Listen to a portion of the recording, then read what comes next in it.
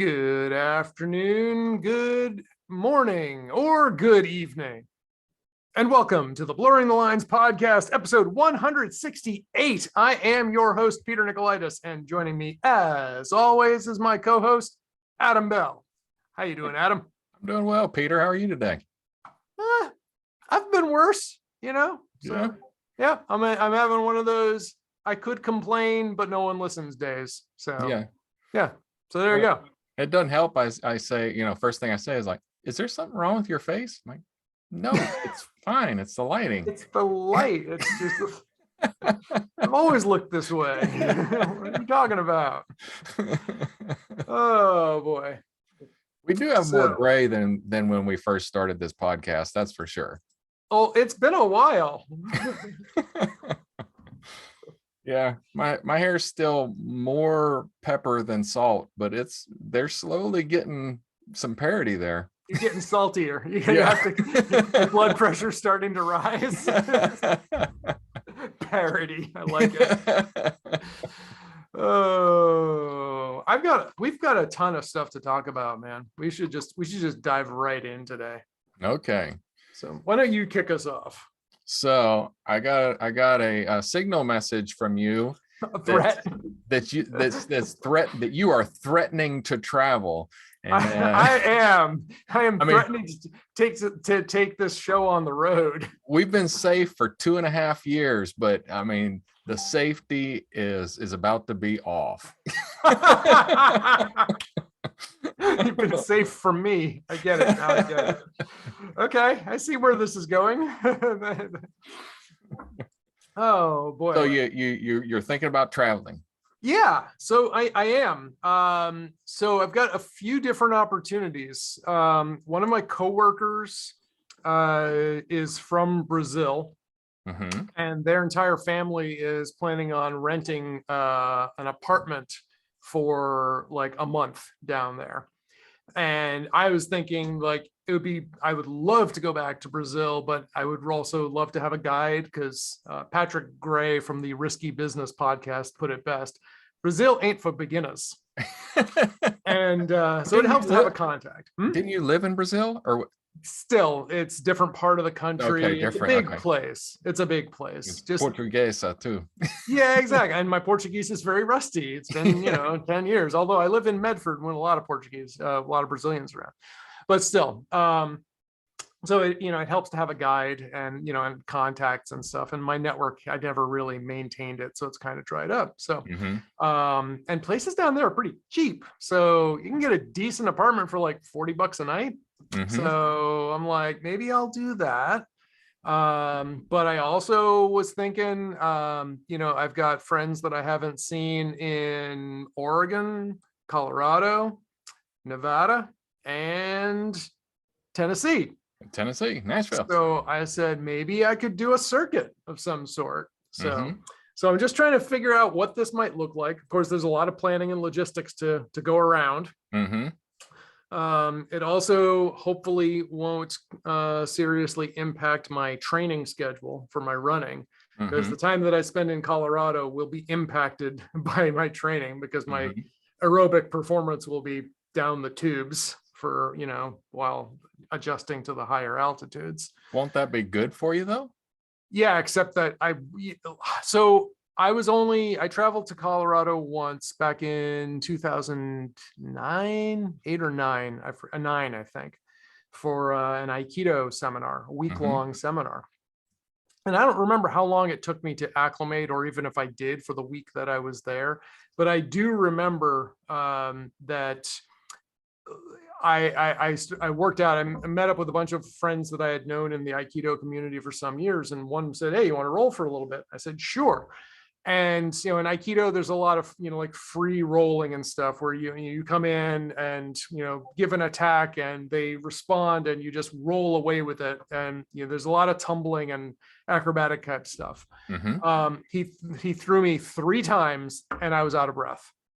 And normally this is something that we would do for like half hour straight, constantly, boom, boom, boom, boom, boom, boom, boom.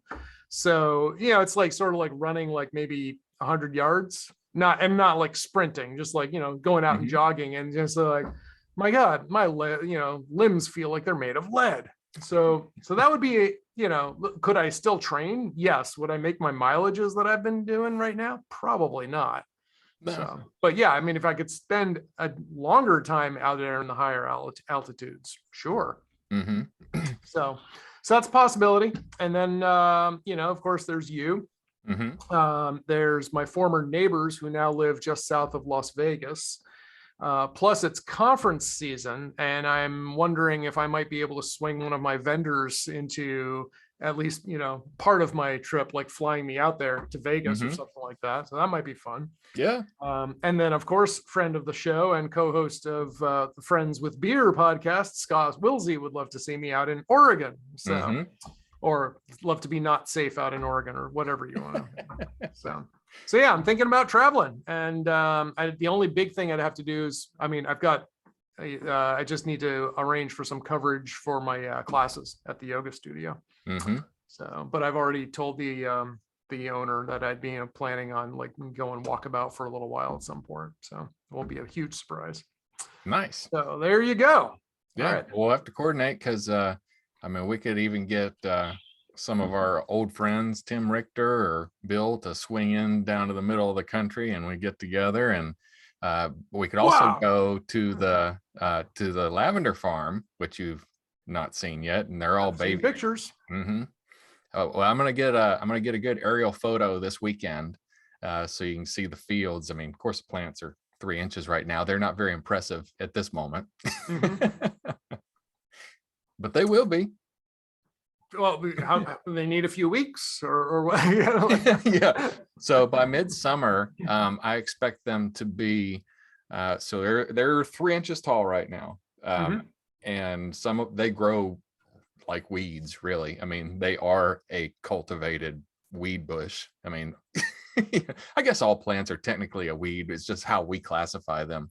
But they by midsummer, I should have probably a little 12-inch bush size plants all by summertime. Have you considered looking at products from manscaped.com? Manscaped.com. What do I do there? A little 12-inch bush. I mean, it sounds like you got some problems that you could use a trim. Yeah. Did you see that movie? Oh, what was it? With Adam Sandler, and he's an Israeli special forces. No. Oh yeah. I'm afraid to. The Zohan. Yeah, no, I have not seen that. Yeah. You got to see the Zohan. It's stupid.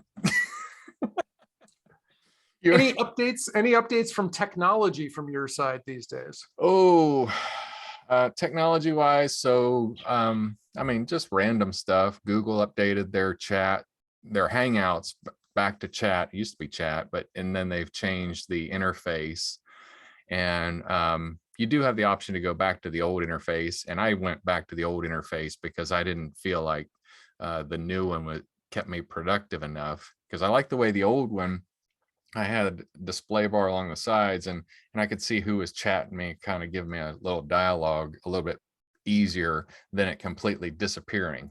And all I see is a window, or I have a chat, but I don't know how important it is.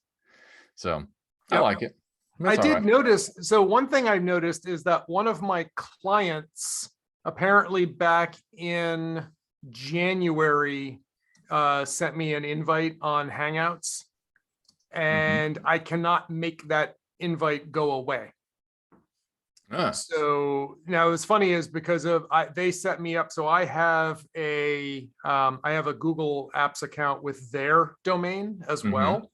And so she probably figured, oh, I'll just use the one we have because we've done that a number of times. But I never noticed that on January 18th, she sent me a chat request in Hangouts. I cannot make it go away. I've seen it. I've turned off history. I've told it to delete the conversation. I've told it to archive the conversation. I've told it to did you tell it to leave the conversation, or you don't? Well, I can only leave it or hide it or block and report. I don't think I want to block and report this person. Yeah. So maybe just hide it. Yeah, but it comes back every time I log into Gmail. It's back again. Well, So I don't know what to do about that. It's kind of annoying. So that's my extent of experience. But I must have said not now or something. But this happened coincident to the new experience coming out. mm. So I guess I must have said not now, and just don't show it to me at the moment. I don't know. So also from a tech standpoint, I've got to get back on a health tracking watch, and I'm looking at the Apple Watch. I've got some questions for you about the Apple Watch though before I can make my decision. One, I don't think I need cellular in it because everywhere I go, I've got my phone and my iPad has cellular. I don't really need a third device to protect me with cellular. I've got cellular. Yep. And I know the purpose is so you can run with your watch or go with your watch with none of these other peripherals, which might be nice, but I'm not seeing very many scenarios where I need that. Yep. I'm Yeah, not a runner. Well, exactly. If you're always going to have a phone nearby, then you don't need the cellular plan. Mhm. I found, excuse me, even recently, since I'm gearing up for an ultra, and that will include carrying a pack and a camelback of water and a bunch of other gear, and well, not a bunch of other gear, but basically a pack and food. Mhm. I find that the weight of a phone, even a big Pro Max phone, is somewhat negligible. So I've been running with my phone even on days when I don't need it. Mhm. But sometimes I'll still do an ultralight, and sometimes I don't even bring the headphones with me, and I just run with nothing but the phone and the heart rate monitor, well, clothes. Mhm. Yeah. Minimalist, super minimalist running. Mhm.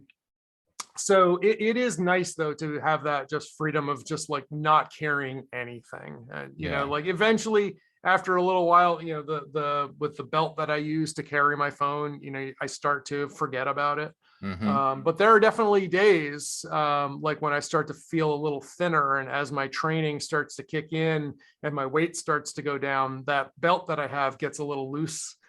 And so suddenly there's a phone flopping around my waist, and that's a little annoying. So but if you're going to be using it mostly for indoor stuff and your phone is already nearby, then you don't need cellular. So one, I'll go back to my motivation and then I'll tell you what I'm going to do. My motivation is I want to lose some weight. I want to lose about 15 pounds. And I know I'm going to be hungry because I'm going to have to limit my calories. Well, if I'm not tracking my exercise, I don't know how many extra calories I could be eating because I don't like being hungry. I mean, Right. I didn't get to this size by being a hungry man. Got it. So that's the reason I need to track it. So I need to know how many calories that I burn so that I, now instead of 2,200 calories, I can now eat 2,600 because I have exercised enough to still meet my minimums. So, and still lose a pound a week. So, but so what I would love to do is I'd love to be able to listen to Audible on my Apple Watch or any watch with my Bluetooth headset and not have to have a phone on me. That would be nice. Yeah, and I don't think that's going to happen with the Apple Watch because I am not aware of the existence of the Audible app for Apple Watch. Okay. Is there the Apple podcast or the Apple audio book you can listen to? I believe you can. I've never used that actually, though. That's a really good question. Is podcasts certainly you could do on your watch? Well, let's find out. Open App Store. Don't let your credits expire. Because now there's an Apple Watch App Store as well as the iPhone App Store. See, this is where we should have had friend of the show, Scott Wilsey, on, because he would know the answer to this already. In fact, I predict that he is, so Apple Books does books and audio books, and it is available for the Apple Watch. Audible app is available for iOS too. Audible, oh, look at that. It is there. I take Cheers. that. I was wrong. And what I Done. was going to say was that, and that, Scott is probably throwing something at his podcatcher right now. No, of course, you idiot. You can do blah, blah, blah. So, Dang it, Peter. dang it. You should know this. So that's awesome. Because I'm working a lot, and I mean, like running saws and things like that. And it's a hassle to keep my phone in my pants pocket. And this way I have it right on my watch. Now, okay, so we solved one problem. How long will the watch work while playing and listening to Bluetooth during a day? Okay, so I ran the Bay State Marathon with my watch, playing music on my Bluetooth speakers with the fitness tracker running. Now I was using an external heart rate monitor, right? So it was Bluetooth to that as well. And I carried my phone. So it was doing Bluetooth connection to the phone. So I was not using data, but I did that and that was like, 4 hours or however long it was, 4.5 hours. Yeah, it was a terrible time.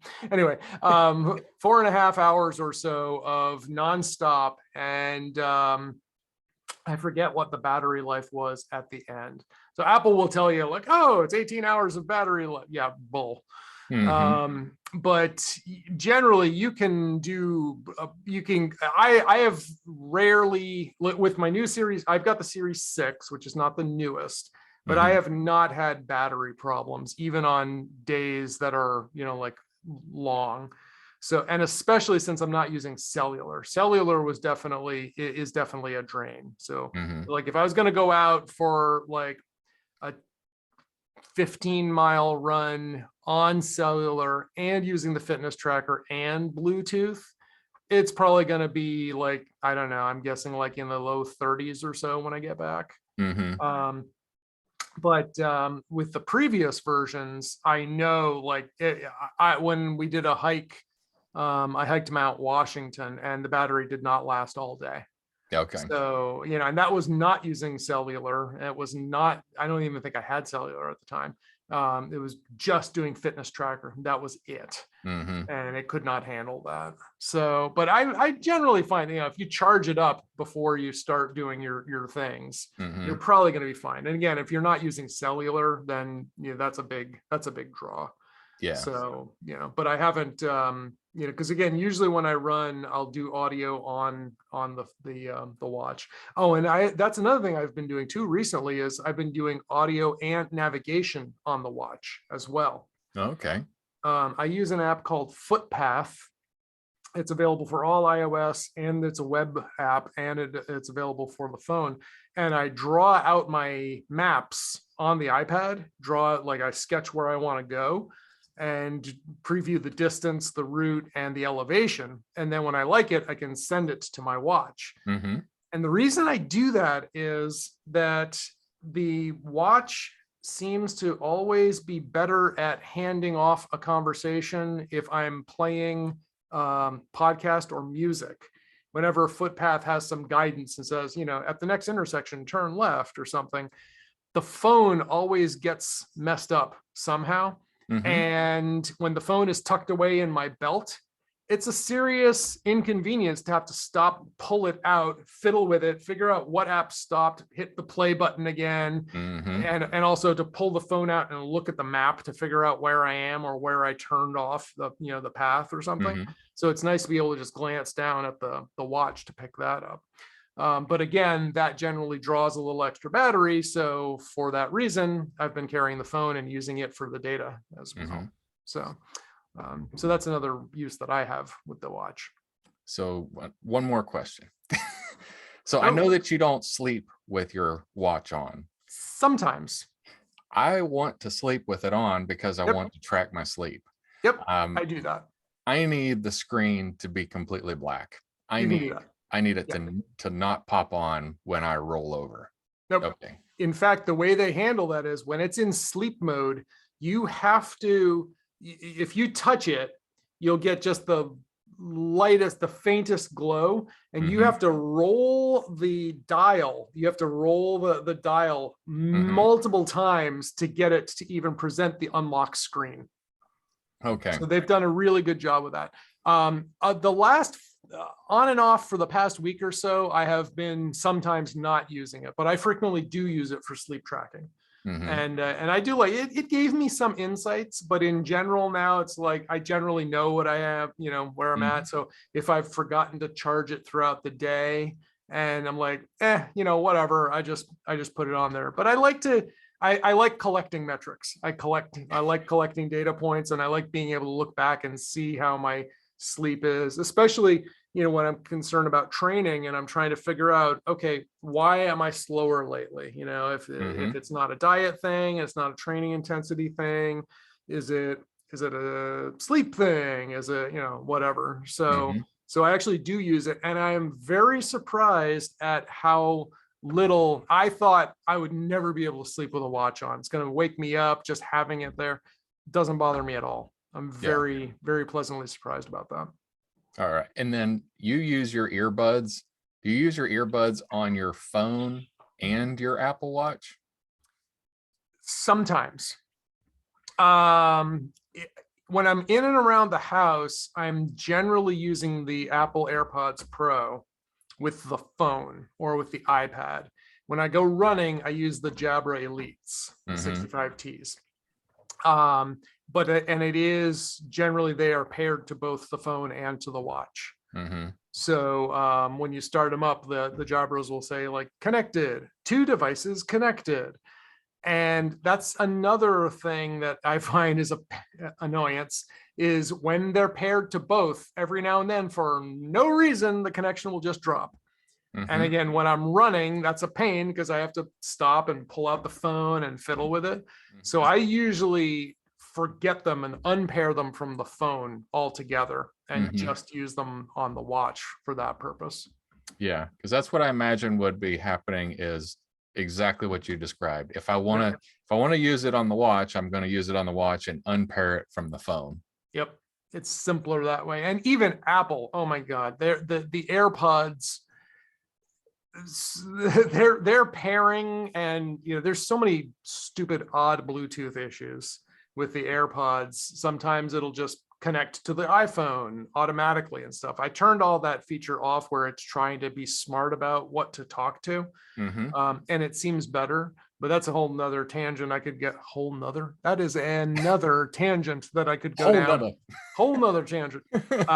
Separate tangent that I could go on about the AirPods and the audio quality, because without fail, if I'm on a call of any significant duration, there will come a time when the connection will just get super choppy, and I either, when I'm speaking or who I'm listening to, sounds like a Decepticon. And the connection just breaks up. And if you listen carefully, you can still sort of understand who's talking, and sometimes you can make out a word or so. But it happens constantly. And when I call Apple about it, they're like, oh, well, just reset your network settings on your phone.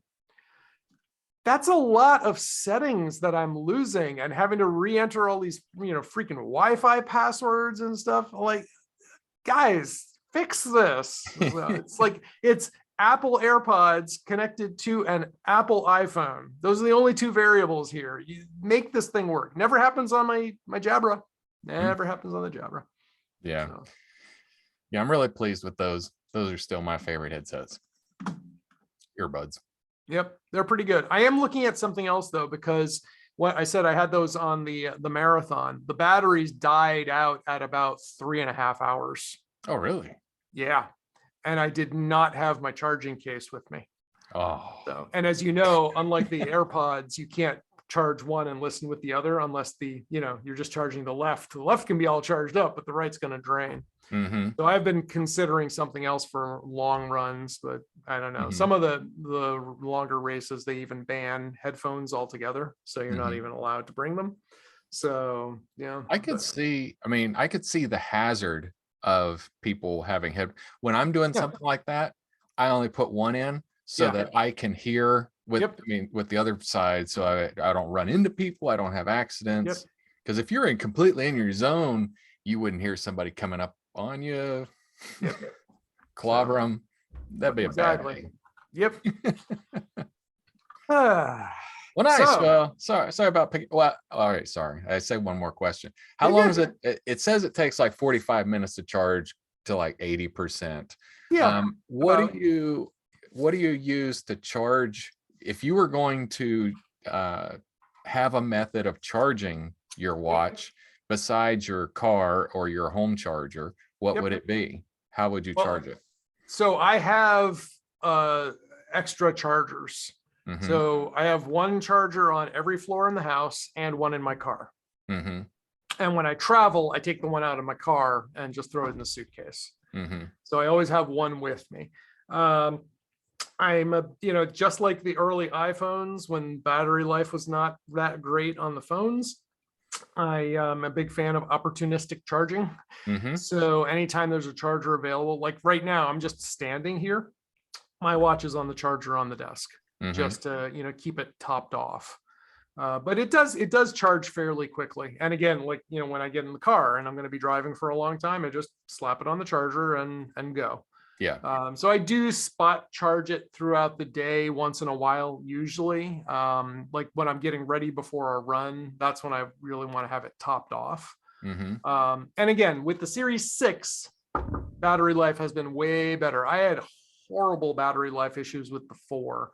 And I swear it was either I had a couple of duds or it was a software issue, because there were times that I would just like walk out the door, go for a walk and get to my bank. I remember I went to my bank one time, which is only half a mile away from my house. And by the time I got there, the battery was down 25%. Oh, wow. Yeah. Eventually they swapped out the watch, and the same thing kept happening. Mhm. And then I bought the Series 6, and then the problems went away. So Yeah. So, but you would get a 7. Yeah, I'm gonna get a 7. I'm gonna get a yeah. 7 with GPS. I'm not gonna get the cellular.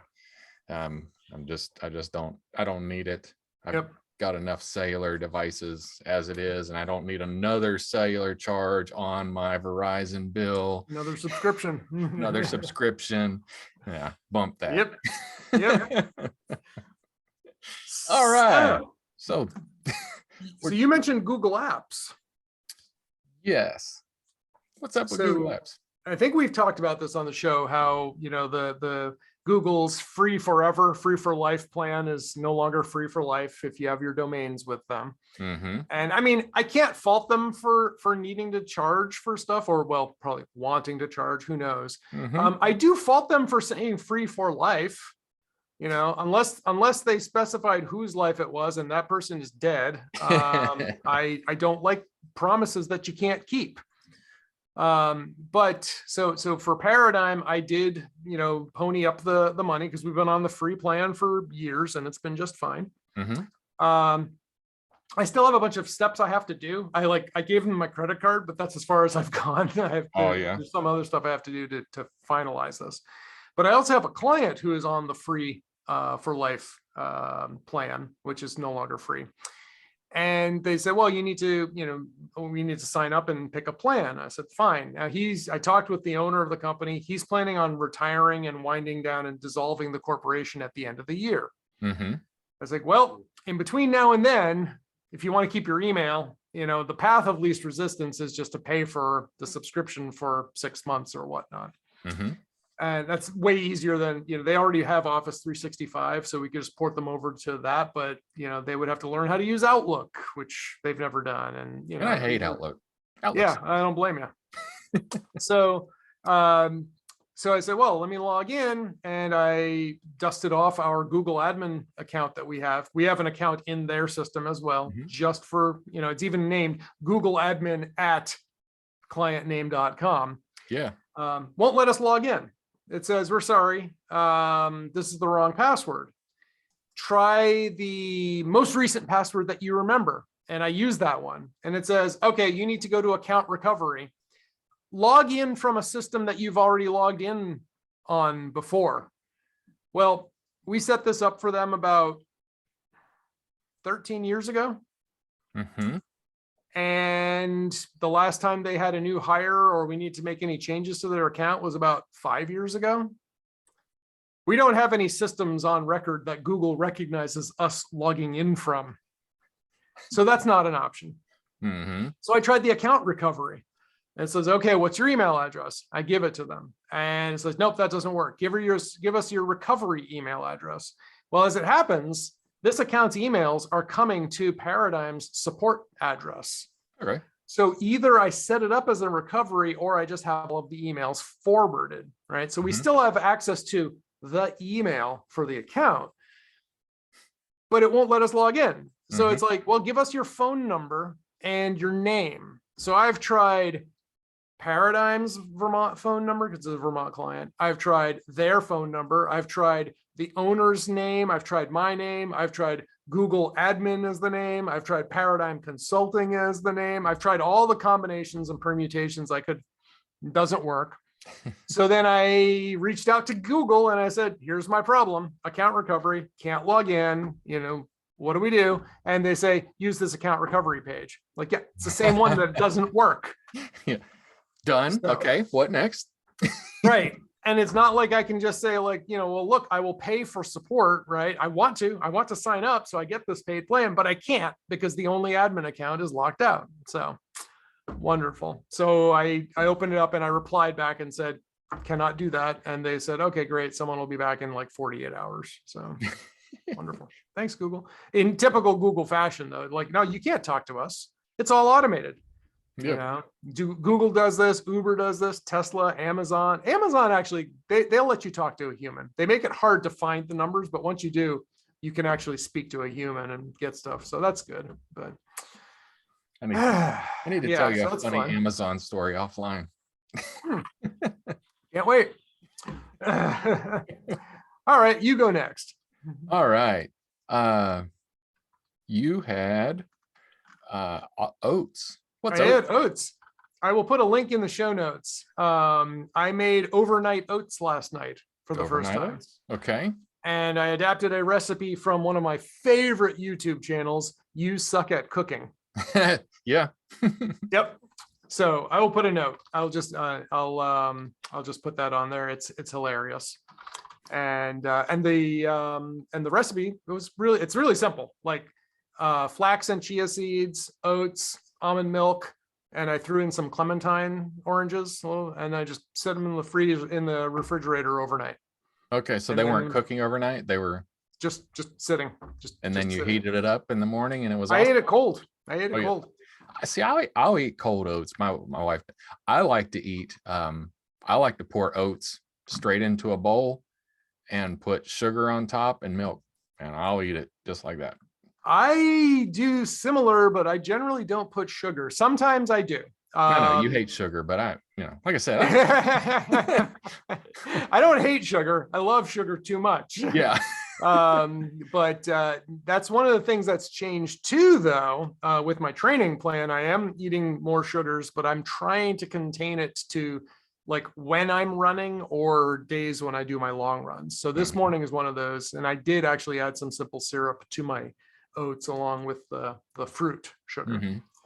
And I recently did an evaluation and I decided that, you know what, M&Ms are pretty much functionally the same thing as Cliff Bars. So now I stuff my pack full of M&Ms, the fun size packs, which are about 100 calories. Uh-huh. They don't melt. They're easier to eat. They're easier to chew. And they're already in 100 calorie containers. So I'm using M&Ms now as my secret weapon when I go on my long runs. Nice. Are you doing with the peanuts with them? I just got a fun size grab bag. I love the peanut ones. Those are some of my favorites. Mm-hmm. I had peanut butter M&Ms for the first time. Those are delicious also. Probably not as much protein as the actual peanut ones. Mm-hmm. But those are yummy. So I like those a lot. Cool. All right, you go next. So I had, we've talked about taxes on the show. And most of the time the taxes are my fault. Something goes wrong. I just didn't do something properly. I didn't turn it in on time or whatever I thought I did or what. So I owed money to the IRS and I was watching my checking account for the money to draft. And I've been watching it, and it comes around, and yesterday was the 28th, and I'm looking at it. I'm like, it still hasn't drafted. I mean, so I email my tax preparer and I say, hey, this still hasn't cleared. Is it that long for the IRS to clear this? Because most of the time it's an ACH, and it initiates, and then within 24 to 36 hours that it's gone. Mhm. I was like, I've not seen it initiate or anything. He's like, oh, well, you didn't ask me to auto debit it for you. Like, I asked you to auto debit that my filing, my FAE, and my taxes. Mhm. You did the other two, but you didn't do that one. I had to Mhm. specifically ask you to file that. I've been hearing stories about this. This was on Marketplace or Make Me Smart podcast the other night, where people are not receiving their refunds unless they explicitly request them. And you could say, like, well, the IRS, they've never really been known at excelling at customer service. Just say that. So maybe they're facing the same challenges as COVID, or maybe it's a diabolical scheme to shore up the coffers a little more, and just like, oh, you wanted that back? Oh, we didn't. Why didn't you say so? Yeah, why didn't you just say so? Well, It reminds me it was about 20 years ago. I remember that no matter what, the insurance carrier I had at the time for my health insurance, no matter what the claim was that was submitted, they immediately rejected it. And then the provider would have to submit it again, and then they would consider paying it. Oh my. I was shocked and amazed and outraged when I found that out, because I got this like $4,000 bill for broken collarbone and whatever, and I submitted it and like, oh yeah, the claim was rejected, and I get a bill from the hospital. What do you mean the claim was rejected? And I talked to the billing person at the hospital. They're like, oh, they do that all the time. They just reject it immediately. We'll just submit it again.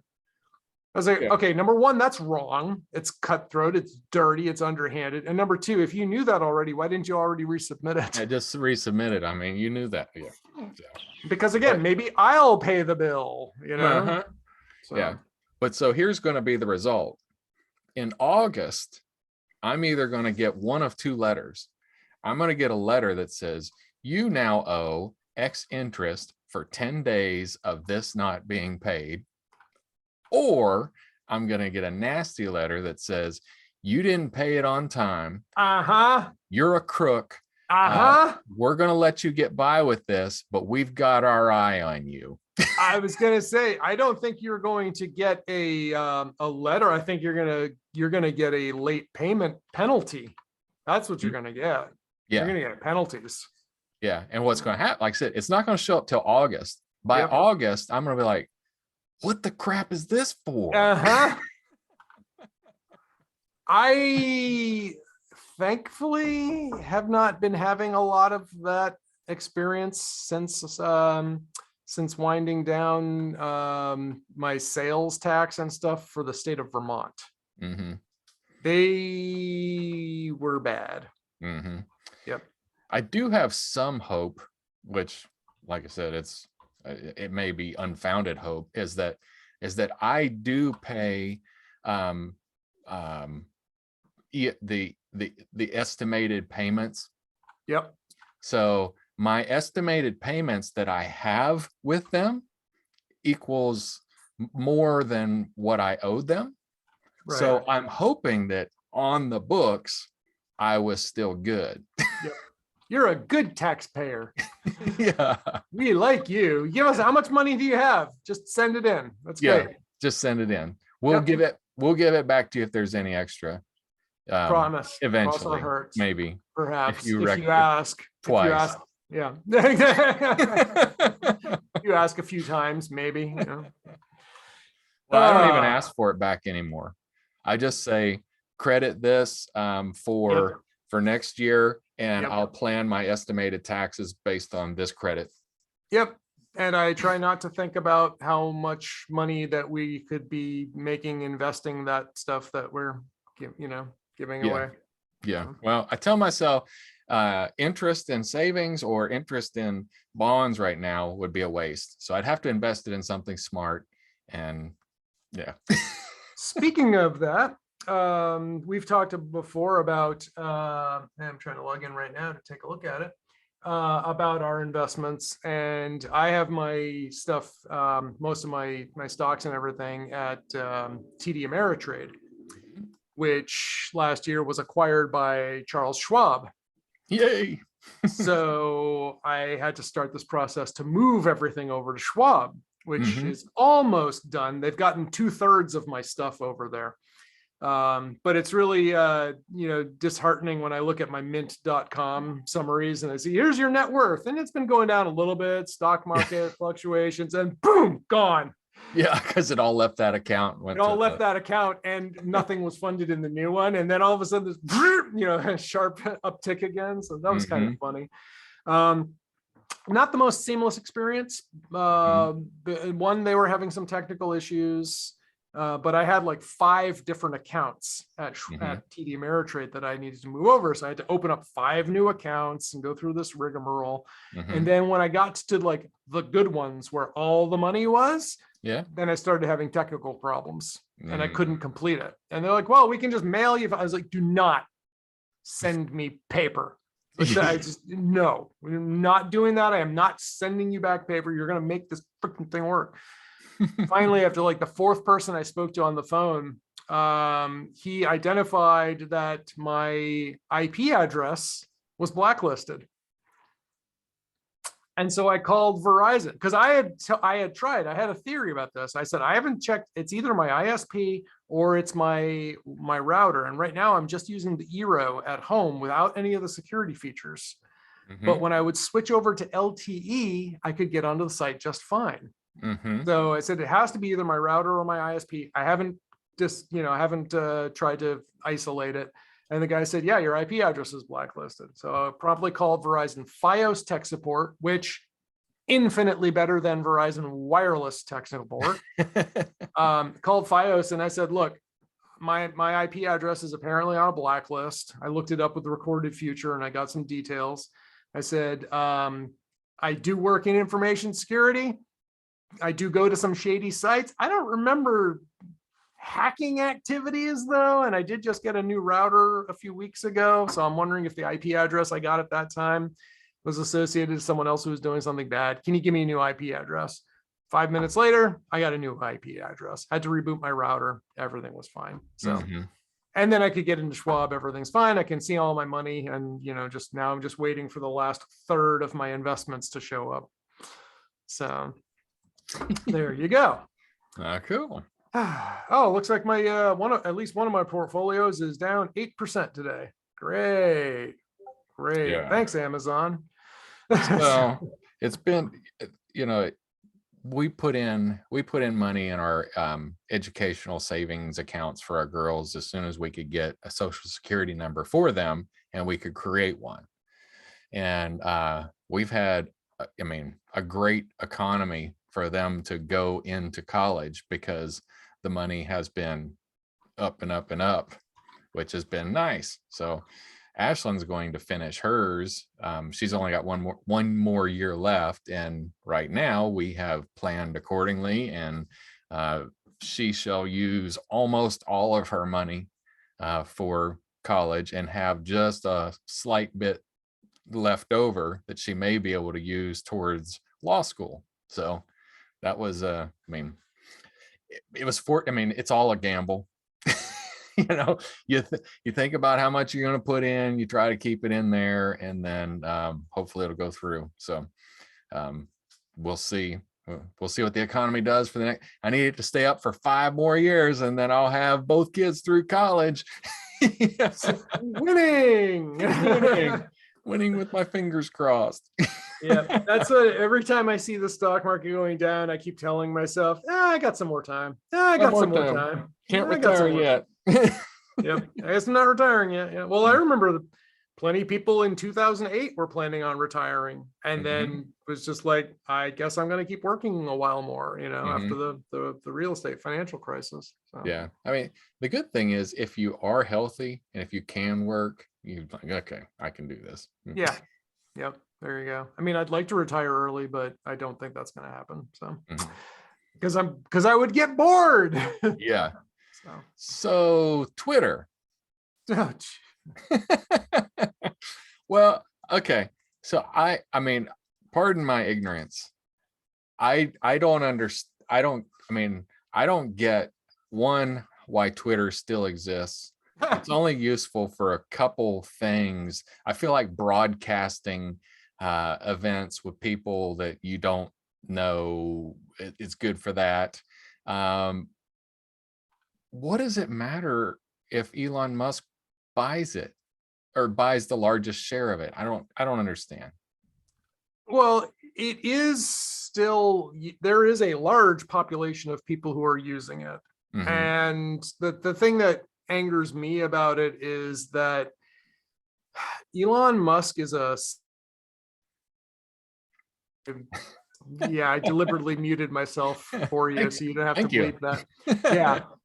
He's a spoiled little frat bro who is just like, well, you can't censor me. And, and then he's going to plan it. What? He's planning on bringing back Trump onto Twitter also. Great. Oh, wonderful. Really? Oh, yeah. Yeah. So I was like, this is great. Make it a platform for free speech and yada, yada, yada. And his shenanigans are just like, anyway.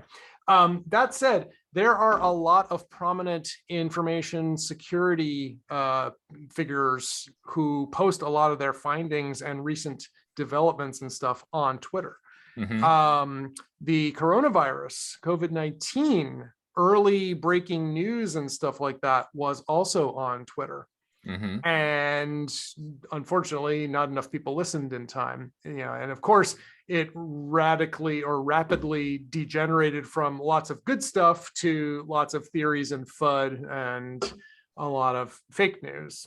So it has possibilities. It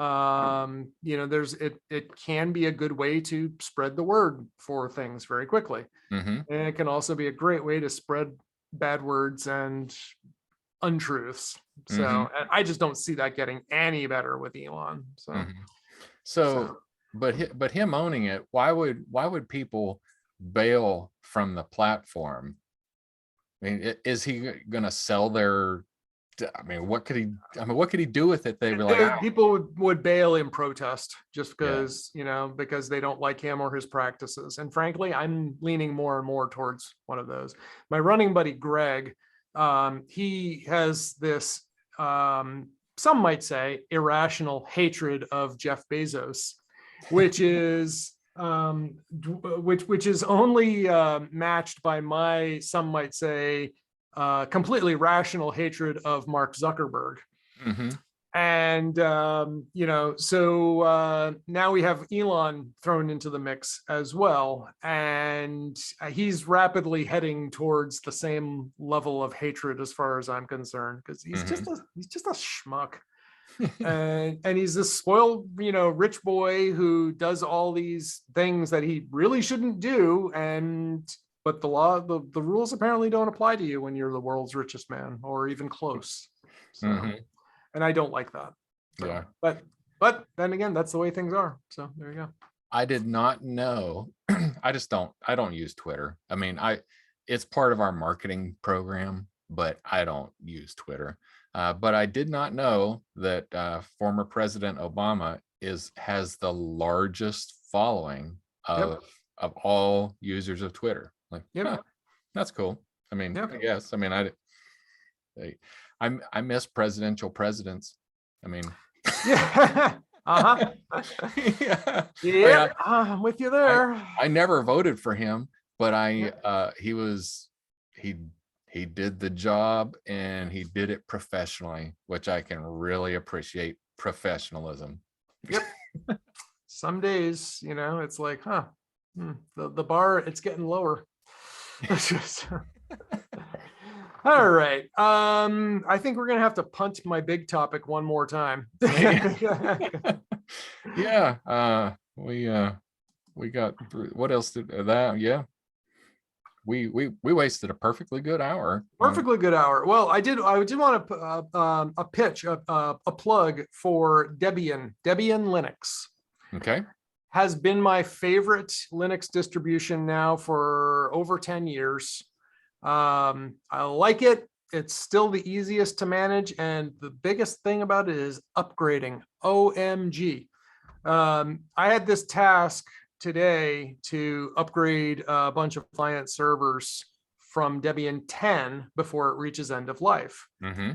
And so I was able to, and this was a combination of ease between Debian and Linode, where I still host a number of my Linux servers in addition to AWS.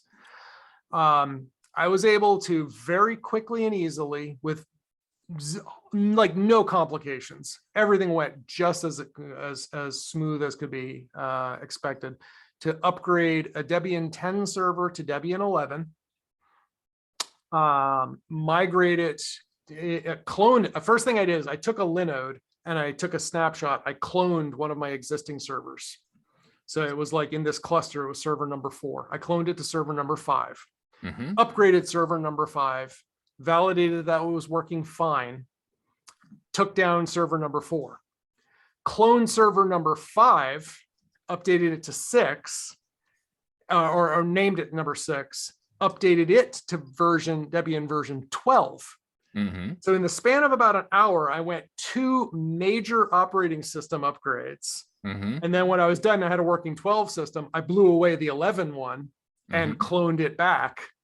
So instead of clusters 3 and 4, I have 5 and 6. And I went from 2 in 10 to 2 in 12 in the span of about an hour and a half total. And Nice. These are production systems, no interruption in service. Everything worked great. And so Debian Linux, still free. Definitely they're going to get some of my tax deductible donations this year. So thank you, Debian. It's better than a Sophos upgrade, huh? Too soon? Oh. See, Ubuntu is still my favorite, but Ubuntu's Debian based. Ubuntu's based on Debian. There's a lot where they've split off, where they're not anymore, but it used to be. I don't even know now. It's still using the same package manager, and it's largely has a lot in common. But I don't remember now if they still do, because it used to be that the Ubuntu builds, their unstable, or whatever, their testing build came straight out of the Debian testing or the Debian unbuilt stuff. So I don't even know if that is still the case, but yeah, there are still a lot of similarities. Ubuntu, I believe, has become a lot more popular than Debian. And it has, a stronger corporate backing with the tie from Canonical, who's publishing it. So there's a lot to be said for that. That said, the upgrade experience for Debian still tends to be a little better for me. So yeah, I'm not running any Linux right now. I don't have, well, other than every IoT that I'm using, but and you don't have any Android phones, right? I technically have an Android phone. I need to replace it with an iPhone. I bought an AT&T prepaid card and I bought an Android just so I'd have an Android. Same here. I hate the Android now. I used to, that was my thing. And then when I got my wife and my girls into iPhones, I switched, and now I hate the Android. Funny how that works, huh? Yeah. I hate the Android. Oh man. The thing that has the open source has made it open problems, because there's no standardization. Apple's standard. Every iPhone you get on, whatever version that I have and version that you have, everything is exactly the same, other than what apps you have installed and your customization, but the core is exactly the same. I want to turn on iCloud. I go to here. Here's your account. Apple or Android. I want to do the same thing. Oh, well, which Android do you have? Which manufacturer do you have? Which carrier do you have? Because then they make it the way that they want it. Mm-hmm. And I get if you're a carrier, being able to make it the way that you want it is nice. But if you're with an iPhone, an Apple, it's exactly the same. Yep. Every device is the same. Standardization. There's something to be said for standards, and consistency. And Apple does a lot better job of that because they own the platform from start to finish. Yeah. So all right. Well, I think that's about all I have today. Yeah, we could throw in Footpath app as my nifty if you like. All right. But I already talked about it. Footpath for the nifty. Yeah, I did talk about, or I did add it into the notes for the nifty. Excellent. All right. Well, in that case, why don't you take us out? I will take us out. Dear listener, we do want your feedback. If you'd like to discuss a particular topic, you can drop us a line at www.blurringthelinespodcast.com. If you want to find Peter or me, you can do so at Paradigm Consulting Co LLC, ParadigmCC.com, YogaWithPeter.com, FriendsWithBeer.com. And if you want to get with Elon Musk Twitter, then you can find it at Nikolaidis. And for me, I only give SublimeComp.com. I'm going to add my my roaming roan farm, lavender farm on there soon. Otherwise, you can find me at Elon Musk's Twitter at SublimeComp. That's the thing. Now we have to brand everything. It's like the TD, the TD Garden and the Bank of America Chicago Marathon and the Elon Musk Twitter. I love Elon Musk Twitter. Yeah. On that note, I think you should push the big red button. the Elon Musk red button. The Elon Musk big red button. Boom. Boom.